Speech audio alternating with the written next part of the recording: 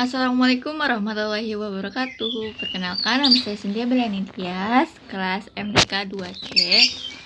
Di video kali ini saya akan menjelaskan pengertian jumlah fi'liyah beserta contohnya dan terjemahan per kalimat pekan ke-12 tugas kitab kuning.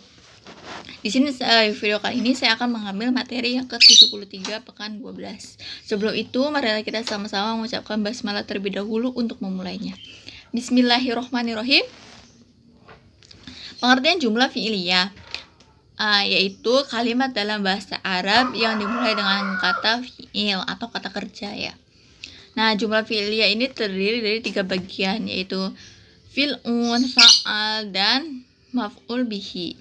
Nah, pengertian fa'il adalah isim marfu yang terletak setelah fi'il. Adapun fa'il itu adalah yang mengerjakan perbuatan atau sebagai pelaku dalam perbuatan tersebut ya. Kalau dalam bahasa Indonesia sih namanya subjek. Kemudian pengertian mar'uf bih yaitu isim mahmud yang terkena atasnya perbuatan si pelaku, yaitu di atas objek pelaku penderita ya. Kemudian tentang fa'il itu atau pelaku perbuatan. Fa'il ini bisa dinyatakan dengan jelas atau kelihatan dan juga tersembunyi atau mustatir. Nah, contohnya Fara'ul kitab yang artinya dia telah membaca buku. Nah, fa'ilnya itu adalah huwa, dia laki-laki. Nah, musanya huwa dan dia laki-laki itu termasuk mustatir, yang berarti tidak kelihatan ya, tersembunyi. Kemudian Sami'tu al-adzana yang artinya aku telah mendengar azan. Fa'ilnya adalah anak saya. Saya yang mendengarkan azan, yang ditujukan kepada oleh adanya huruf ta ya. Contoh lain zahaba hamidun yang artinya Hamid telah pergi. Nah, fa'ilnya adalah Hamid ya. Ya, ini yang kelihatan ya, yang tadi yang tidak kelihatan. Nah, untuk penjelasan maf'ul bihi ini berdasarkan ada tidaknya objek atau maf'ul bih kata kerja terbagi menjadi 2. Yang pertama itu fi'il lazim, yaitu fi'il yang tidak memerlukan objek. Contohnya jalas artinya duduk, dan khoroja yang artinya keluar. Yang kedua, fi'il muta'adi. Nah, yang artinya fi'il yang memerlukan objek. Contohnya qoro'a yang artinya membaca. Nah, ma'uf bihi ini ada yang tersambung langsung dengan fi'il, yaitu ma'uf bihi yang berupa kata ganti, yaitu domir. Dan ada yang juga terpisah dengan fi'il. Nah, contohnya ini sa'ala Hamidun Bila'an yang artinya Hamid bertanya kepada Bilal. Nah, marfu bihinya adalah Bilal, dan Bilal itu termasuk dalam masbuk ya. Nah, contohnya lagi sa'alahu Hamidun yang artinya Hamid bertanya kepada dia. Nah, mau bihinya itu apa? Mau bihinya itu adalah huruf hu ya, yang merupakan domir mustasil, yaitu kata ganti untuk dia laki-laki. Dan untuk hamidunnya adalah termasuk fa'il karena dia isim marfu. Nah, contoh jumlah fi'liyah yang berdasarkan jumlah fi'liyah ini adalah jumlah atau kalimat yang dimulai dengan kata fi'il atau kata kerja yang sudah saya jelaskan tadi. Ketika mengungkapkan aktivitas dengan jumlah fi'liyah, kita itu menggunakan fi'il yang mufrad ataupun tadinya fa'ilnya yaitu berupa jamak. Contoh, qara'a thalabud darsa yang artinya murid-murid membaca sebuah pelajaran. Murid-murid ya, artinya jamak. Berarti thalabul itu termasuk jamak dari tolib ya, tolabun yang artinya murid-murid. Nah, yang kita menggunakan qara'a bukan qara'u ya. Jadi, untuk mengucapkan qara'u maka jumlahnya itu menjadi jumlah isimiyah, yaitu at-thalabul qara'ad darsa. Nah, untuk domir mereka yaitu hum, isnad fi'il madinya yaitu qara'u. Kalimat ini terdiri dari mubtada dan khobar, yaitu mubtadanya at-thalabu dan khobarnya itu jumlah fi'liyah yaitu qara'al darsa. mereka membaca suatu pelajaran. Itulah pemaparan materi dari materi jumlah fi'liyah beserta contohnya. Selanjutnya saya akan menerjemahkan per kalimatnya dari materi ke-73 kali ini. Bismillahirrahmanirrahim. Wa waswa faqihun min zuhadil fuqaha'i talibal ilma faqalah lahu.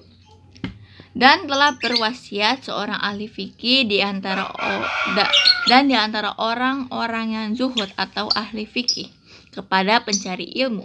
Maka berkata fakih kepada pencari ilmu, alaika an tataharraza anil ghibati wa an muhalasatil miksari.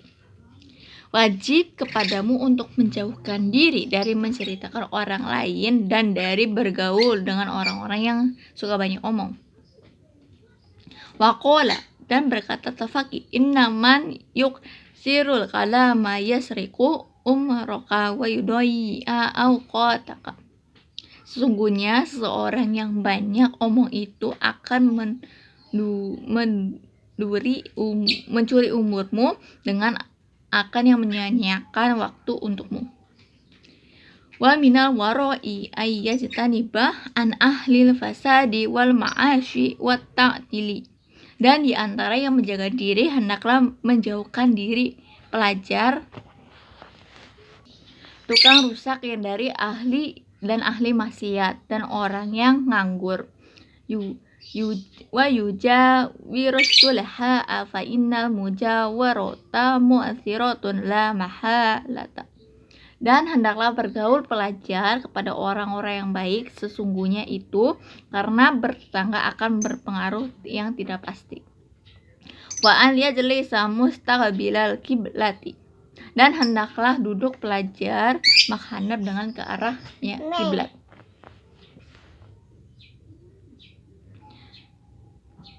Dan hendaklah duduk pelajar menghadap dengan kiblat. Wa yakunu mustanan bisunnatin nabiyyi sallallahu alaihi wasallam wa yatanimu da'wata ahlil khairi.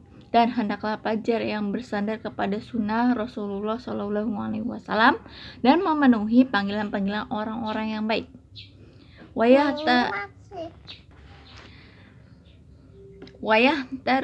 tariza anda watil mazlumin. Dan hendaklah menjaga diri pelajar dari panggilan-panggilan orang yang menyakiti, yang disakiti. Wa hukiya anna rajulaini kharaja fi talabil ilmi lil gurbati. Dan dihikayakan ada dua orang yang berangkat ke doanya ke negara yang jauh dalam mencari ilmu. Wa kana syarikaini fi ilmi faraja'a ba'da sinina ila baladin hima wa qad faquha. Dan adalah kedudukannya dua bersahabat dalam mencari ilmu, lalu pulang keduanya sesudah 2 tahun ke daerah keduanya telah menjadi ahli fikih. Wa ahaduhuma wala yafquhi akharu wa ta'ammala faquhaul bardati wa sa'alu an halihima. Salah satu di antara keduanya itu menjadi ahli fikih, yang satunya lagi lalu meneliti para ahli fikih negeri itu tentang dan mereka bertanya tentang keadaan mereka berdua. Wa taqrarihima fajulusihima fa ukhbiru anna salazi tafaqqaha fi halit tiqrari kana mustaqbilal qiblati. Dan tentang duduk kedua pelajaran tersebut, maka dikatakan mereka bahwa duduk yang menjadi ahli fikih dalam pengulangan pelajarnya adalah dia yang menghadap ke arah kiblat. Wal misril lazi wasolal ilmi fihi wal akhiru kana mustadbirul kiblati wa wajhuhu ila ghairil misri. Dari menghadap ke kota dia membututnya dan menghasilkan kepada ilmu, sedangkan laki-laki yang satu lagi di sana membela adalah dia yang dan wajahnya menghadap kiblat kepada kota selain kota dia mencari ilmu.